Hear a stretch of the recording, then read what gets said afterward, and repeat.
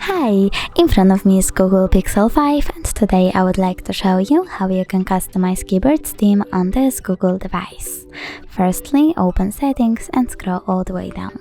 Now choose System, Languages and Input, on-screen keyboard and your currently used one, in my case Gboard. Over here go into Theme and tap on this plus sign located under my themes. Now tap on the photo that you want to apply, pinch it to scale and drag it to move. When you're done, click Next. Adjust brightness by swiping left or right and tap Done.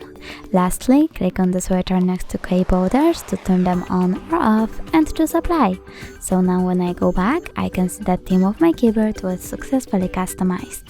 Thanks so much for watching. If you enjoyed this video, don't forget to leave a like, comment and subscribe. Bye!